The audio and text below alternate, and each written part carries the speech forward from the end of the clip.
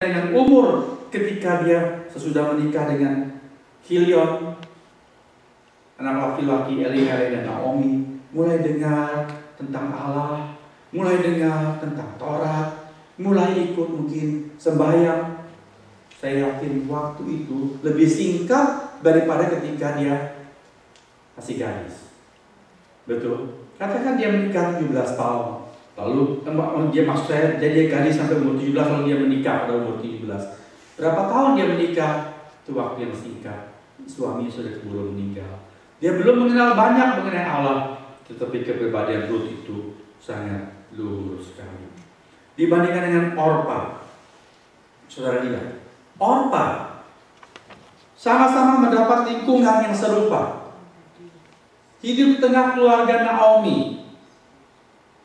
Dapat ibu mertua yang sama baiknya. Semula seperti Orpa itu juga sayang Naomi. Ketika Naomi bilang, pulanglah kamu masing-masing ke rumah ibumu. Orpa ikut menangis bersama Ruth. No, jangan. Saya mau ikut pulang dengan engkau kepada bangsamu.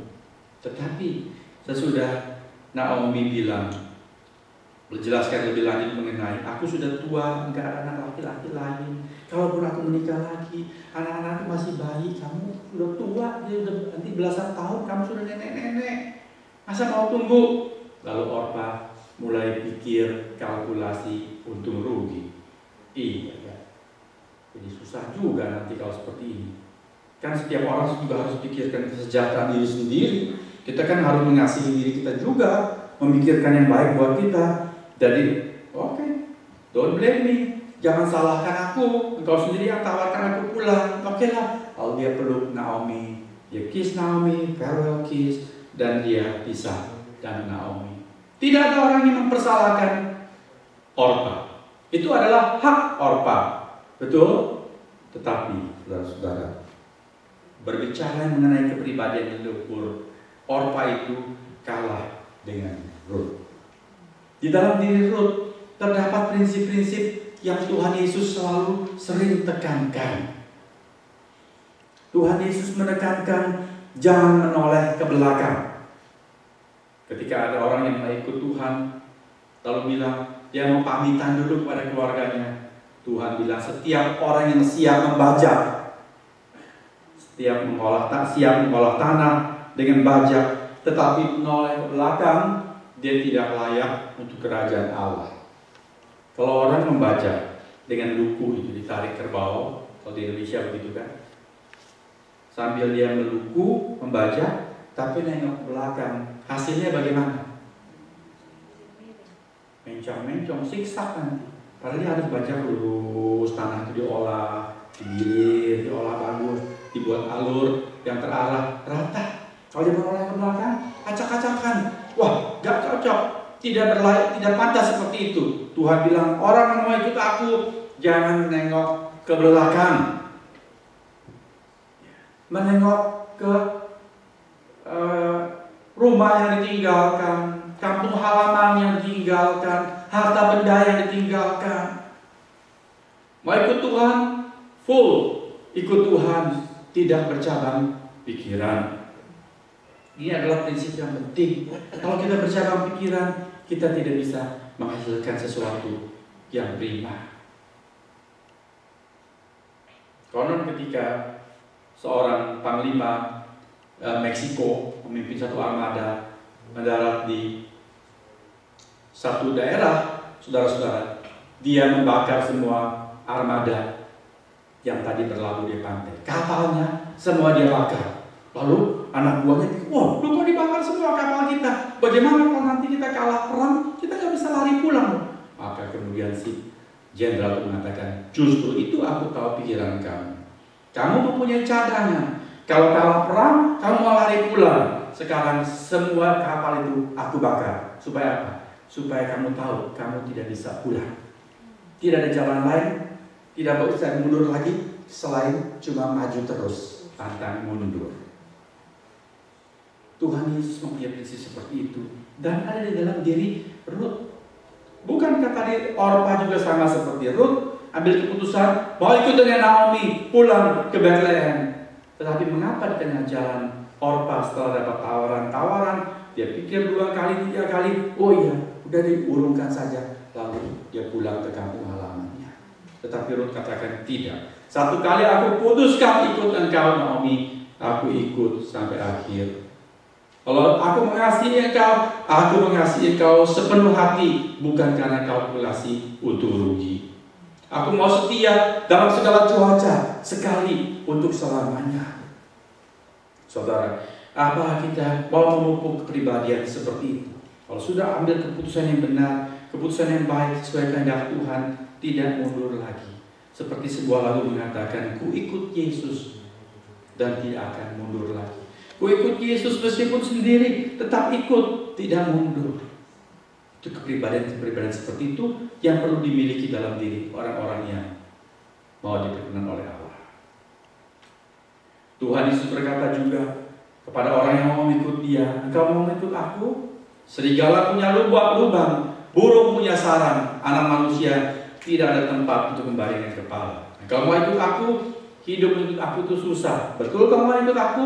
Pikir dulu. Dan Rut sudah membuktikan. Ketika Naomi memberitahukan, ikut aku, kamu akan lebih susah dari sekarang. Pulang saja, mengapa kamu mengikut aku? Rut mengatakan, aku tetap mengikut engkau, meskipun akan lebih susah keadaannya. Ya, ini tidak gampang dapat orang seperti ini.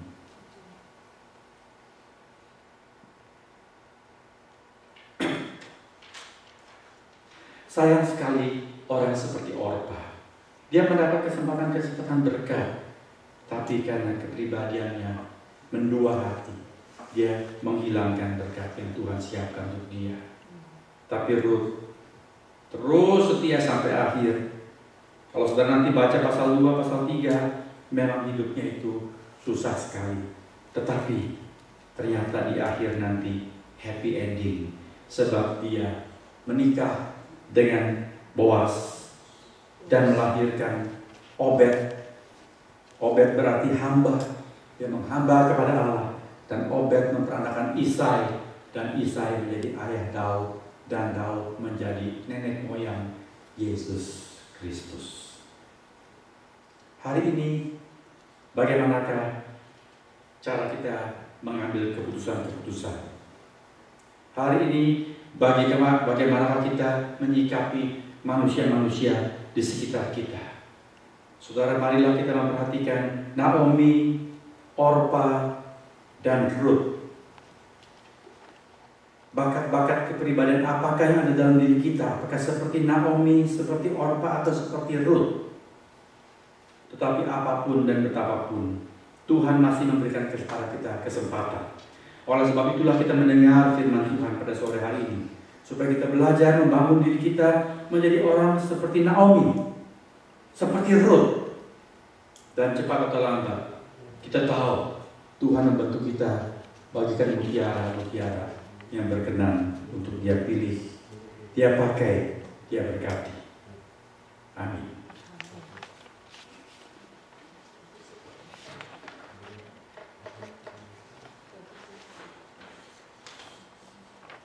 Marilah kita berdoa.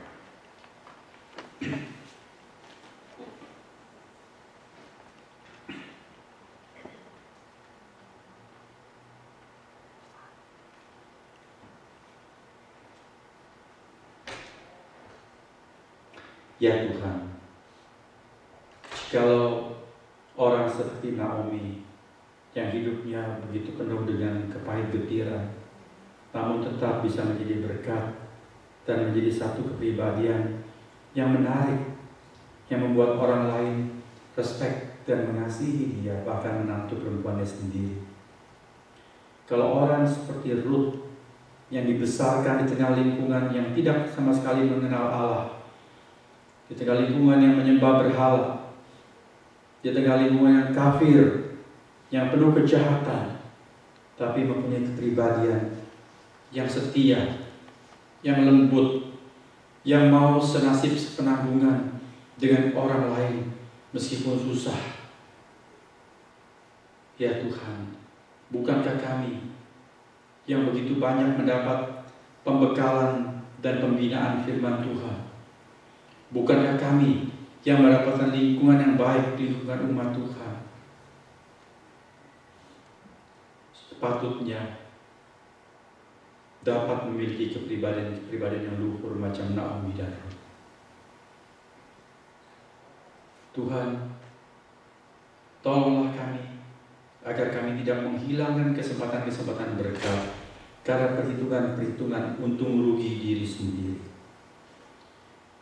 Tuhan Yesus, Engkau sudah menetapkan barang siapa yang hendak mengikut Engkau harus menyangkal diri, memikul salib.